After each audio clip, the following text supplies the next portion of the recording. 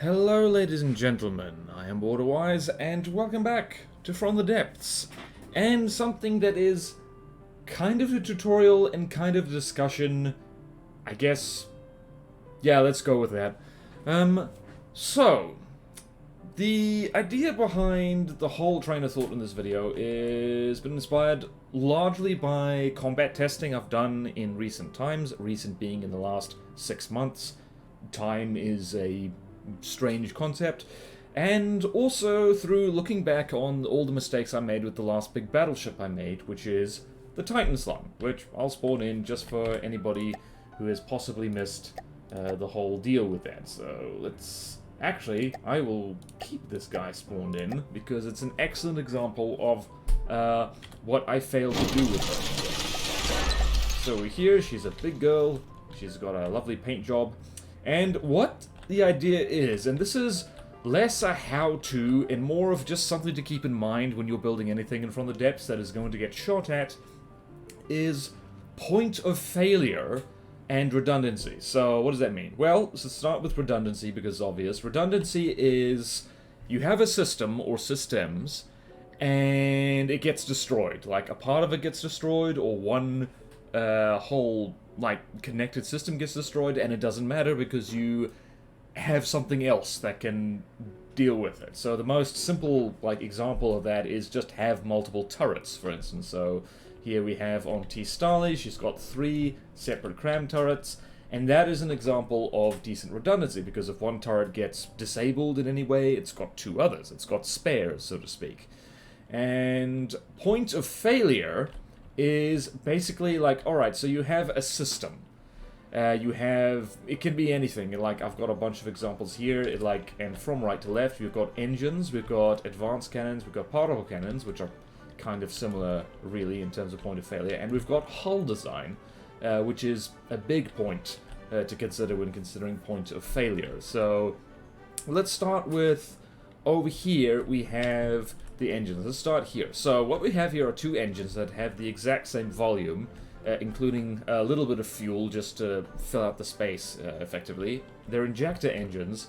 The one on the left is a one big system, so it's just got the one generator back here, and it's got basically the only real fuel injector engine design that actually works. It's just got 2, each cylinder has 2 exhausts on it, or actually no it doesn't. Damn it, I just realized I did this wrong. Never mind. But in any case, this is just a injector design that works kind of well. But if we go to the little thing here, this is a one generator injector setup. It is 3 meters tall, 3 meters wide, 9 meters long. It's got roughly 9,000 stable power. The whole thing costs 956 materials, but it's got 1 critical point of failure. So point of failure can be just regular and critical. Like, there's probably better terminology for what I'm talking about. And if I use my death ray here, one example of point of failure is just the line of crankshafts through the middle there. So, if for whatever reason something gets in here and just... let's do that. So, oh, damn it, I forgot that you did that. Go away for a second, Bill. And... actually, you know what I can do is stop repairs on that, and if I do that, then you should still be here, and you should still make a hole, like so. So if I do this, yes, good. So if just 2 blocks get deleted, suddenly, like, all of these cylinders here are kind of rendered useless. They can't generate any power, and so you've basically got like, you know, a disabled engine just from 2 blocks being lost. So that is a problem. But more importantly, there's just this 1 block here. If you lose this, the whole thing fails. It stops working. It's like, you know, all of this is basically now just blocks. It's now just like armor that's not very good at it. Not very good at absorbing damage. So this is an example of having a system in which you just have 1 block that if it goes, the whole system goes, and the system might as well not be there as a result. So you kind of don't want this. You don't want big systems where you have a single block, and that single block like gets destroyed, and then the whole system fails. You want your craft, whether you're playing the campaign, whether you're playing adventure mode, whether you're playing, whether you're engaged in a tournament. Tournaments are probably the most, surprise, surprise, the most competitive arena for good craft design, so you really don't want a system which will fail just when one block gets destroyed. I feel like I'm repeating myself a lot, so that's not ideal. So what we have here is a system that is less powerful and less material efficient, so to speak, in some ways. In other ways, it's actually better, weirdly enough. So this is 3 in a row engines I use all the time. I call it a Cube Terry. You can call it whatever you like. You can call it Steve. But anyway, so these are 3 entirely separate injector engines, each one of which is about, gives... Let's actually go find that. It gives about 1,776.4 stable power. So overall, this does give less power than the other one. So this is almost 9,000. This is just over 5,000. 720 materials, which means it is a little bit cheaper. But, and this is the important thing, it's got 3 critical points of failure per system. So you've got 3 generators in here. And if one of the generators gets destroyed, alright, so you've lost a third of your power, as opposed to all of it. So that is quite handy and quite redundant. And that is actually something I did right on the Titan Slung, at least for the second upgraded version. So in here is a whole, ridiculously large amount of just exhaustless injector engines. So this is just redundancy. This is... How many is this? It's 1, 2, 3, 4, 5, 6, 6, 12, 18, 24, 30, 36, 42, 48, 54, 60, 66, 72, 78, 84. So this is 84 separate fuel engines, each one of which is completely independent from all the others. So the idea behind the whole point of failure thing is alright, so imagine a completely unstoppable railgun shell is firing at you and it just punches straight through your ship. Does your ship turn off? Does your ship cease functioning? And in this case, the good news is no. If the Titan Slung ceases functioning, it's due to other very significant reasons, but not usually because all the engines got taken out or disabled in one shot. That's very unlikely. Why are... Oh, the barrels are spinning, that's why. So, that is an example of, good thought of redundancy, and I don't get too much credit for that because T. Starley has a lot of flaws that I haven't discussed, and the old version just had one giant steam engine, which did have a critical single point of failure, which was the crankshaft line. If that got a hole through it, that was it. It ceased to work. And that's bad. So with engines in particular, because engine power is actually one of the most important things on your craft, because it can't move, and especially if you're using energy weapons, it can't fight, and if you're using things like lambs or shields or anything like that, it can't really have active defenses either. So redundant engines are a very good idea. Now, moving along to the right. I used to think that it was generally better, because the maths works out this way, to have a single firing piece per turret and just have a very good optimized piece, like in the turret. That is technically true. You get better bang for your buck if you just use a single barrel per turret, and you can just compare the math here. So this turret here is just over 8,000 materials, and this one is 9,000 materials, and it does have a better rate of fire because it is taking advantage as a whole. By the way, the turret as a whole has a better rate of fire because 13.6 times 2 is more than 24.7, and you might think, what's the problem with this one? This seems serviceable, and yes, there are occasions, especially with small turrets, where you would just use the one firing piece, and that's fine, but above a certain size, you should almost always stick with at least 2, and the reason for that is point of failure.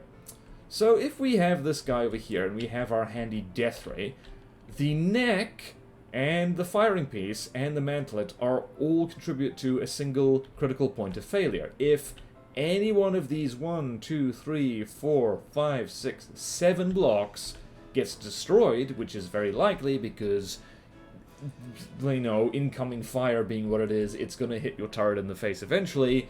If it loses any of those blocks, that's it. The entire turret is useless. It's not doing anything. It's just wasted blocks now. So that's not ideal.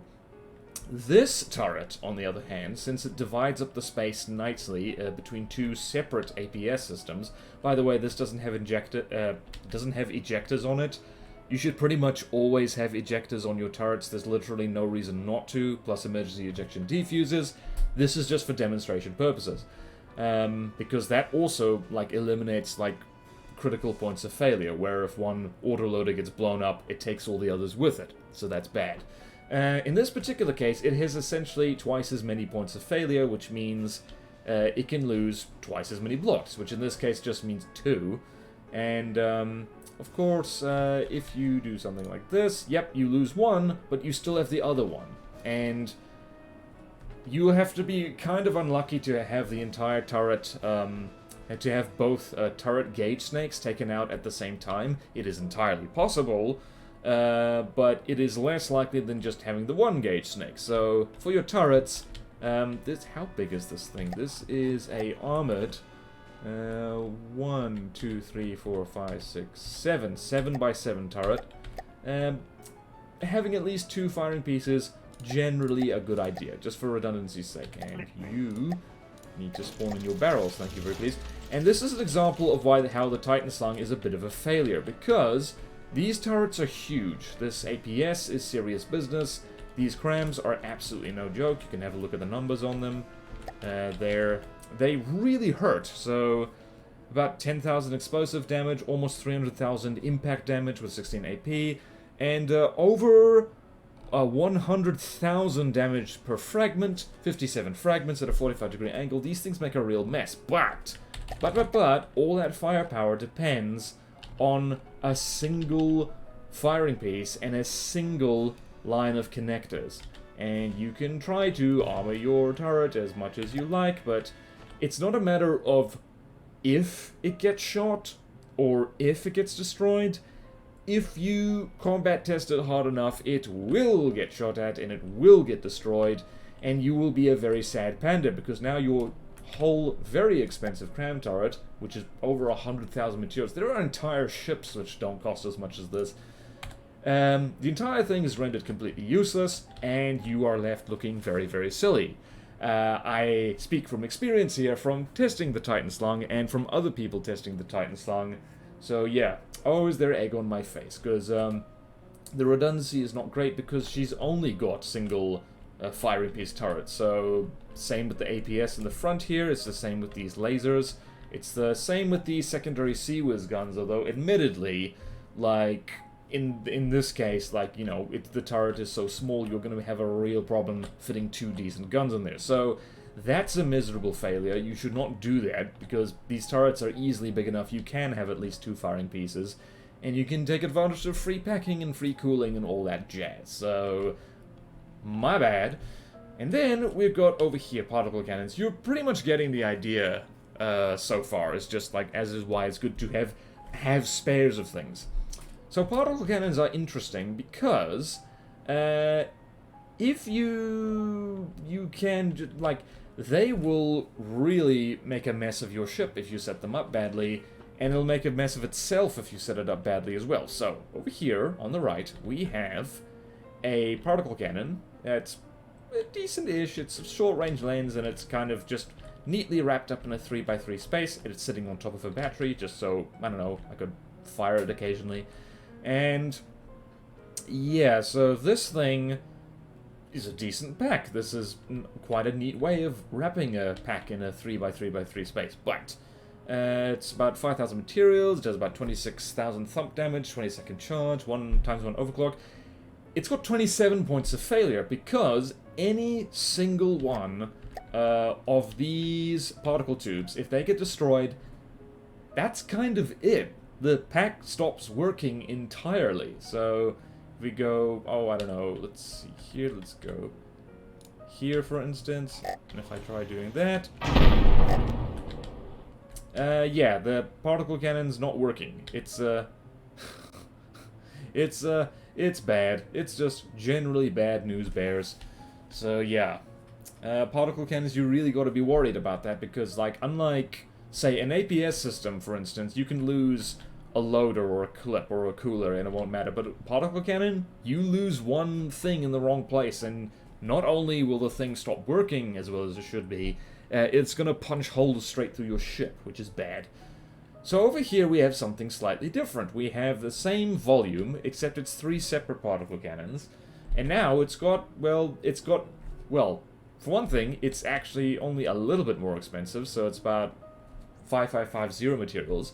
It's got less damage overall, like, kind of. 8,000 times 3, I believe, yeah, is considerably less than 26,000. Yeah, 16? Yeah, so it's about 24,000. So it's got 9 points of failure for each system, but since they're independent, I can zap that block, and we've still got 2 other particle cannons that are doing absolutely fine. And this one actually damaged itself further, which is a little bit annoying, but that's the beauty of this little setup, which only occurred to me after I built it, is that if any of these pack tubes are damaged because of how they're pointing, they're not going to damage any of the others. So even if this thing goes out like that and we fire, the packs on either side are not damaged. So that's great. It means that even if there's an unlucky shot, well, lucky for the enemy, unlucky for us, it goes here, takes out a pipe. It's no biggie. We're all good.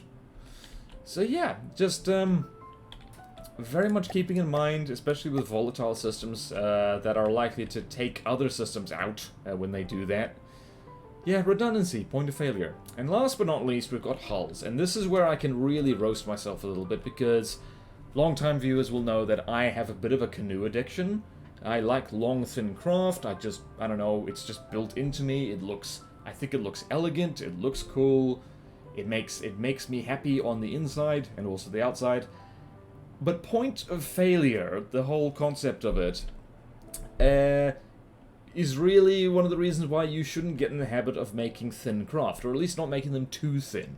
And bearing in mind that a 3D hollow thing naturally has a lot of points of failure. You basically need to destroy every single block in order to, like, in a section to cut the thing in half.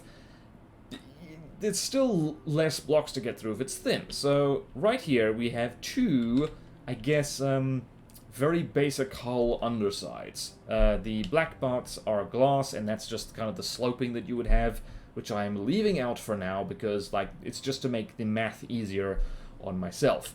So both of them, the alloy parts, are 30 blocks and 600 materials, and same here. But this one, ignoring for a second that it would have, like, you know, a side hull and a deck and all that stuff, it has 3 points of failure along its entire length. So if, say, we've got this little skinny craft here, and we've got our super powerful railgun that is unstoppable, 1, 2, 3, 3 blocks, and away it goes. So you can times that by whatever number you like, really. Say it could be like it could be a double layer, 6 blocks, doesn't matter, like, that's the number.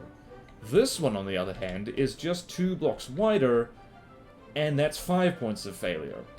So 1, 2, 3, 4, 5. It's slightly more work for the super powerful unstoppable railgun that I was mentioning. And if you're wondering what I'm talking about, the BBS 5th season hasn't gone anywhere, and I highly recommend you look at that, because those things are, I think it's like 22,000 kinetic damage and like 57 AP. Well, no, it's 55 AP, actually. So yeah, you ain't stopping those. And a large part of thinking about redundancy and just points of failure in From the Depths is realizing that there are certain weapons that you just cannot stop.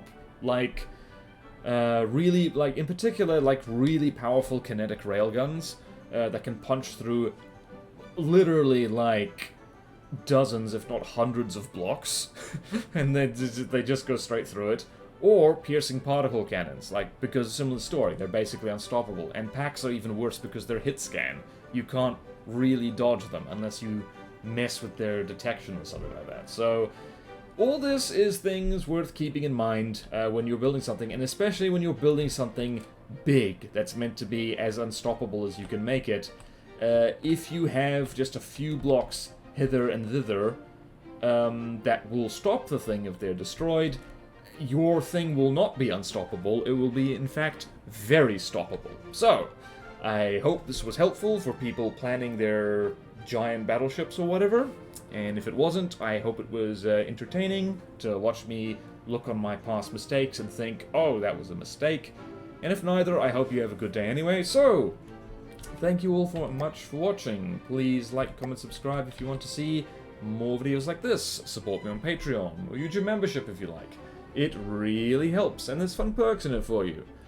Thank you to all my current supporters, and I'll see you next time in From the Depths. But before we go, I've just realized that we very badly need to have an explosion of some kind. I've missed. Let's try that again. There we go.